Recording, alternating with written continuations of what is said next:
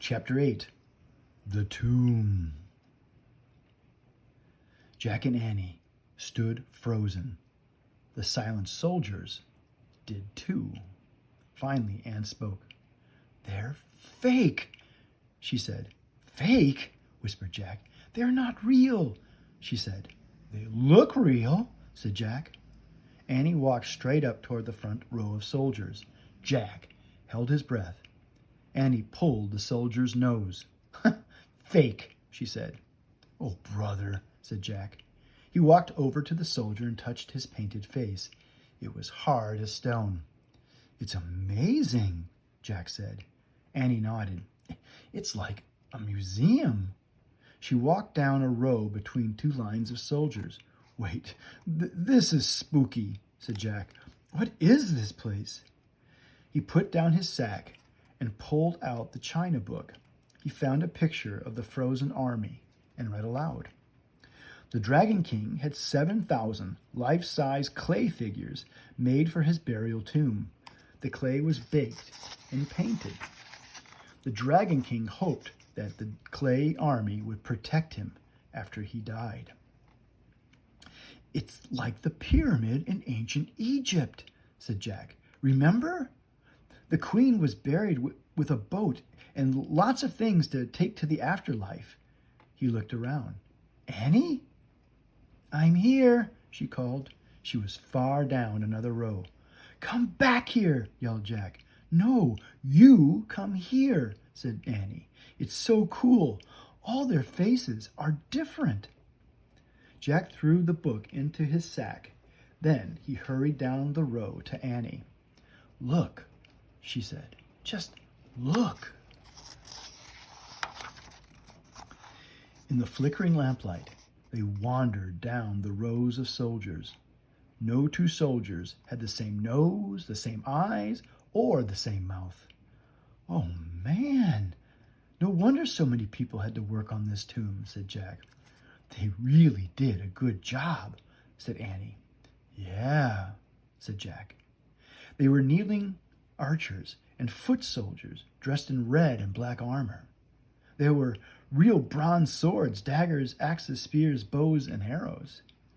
There were even life-size wooden chariots with horses.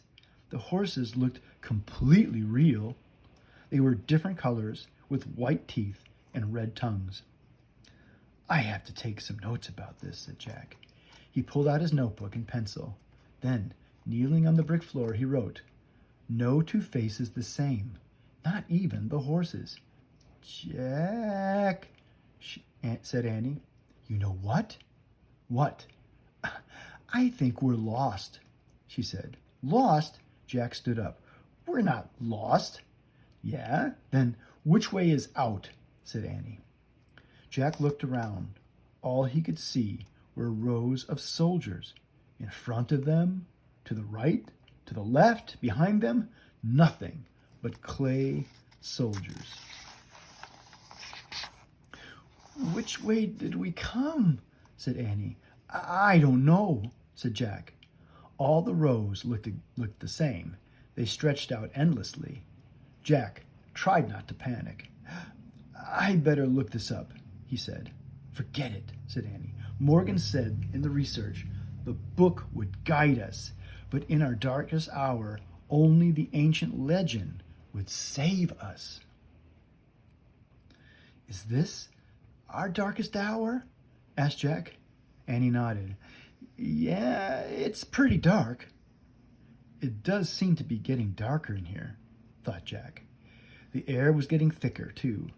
It seemed harder to breathe. "Let's ask for help," said Jack. He reached into the sack and pulled out the bamboo book. He held it up and said, "Save us!" As Jack waited, the tomb seemed unbearably quiet. Jack held the book up again. "Please help us find our way out," he said. He and Annie kept waiting, but nothing happened. The air was growing even thicker. The light was getting dimmer. The countless rows of soldiers seemed creepier. Help did not come.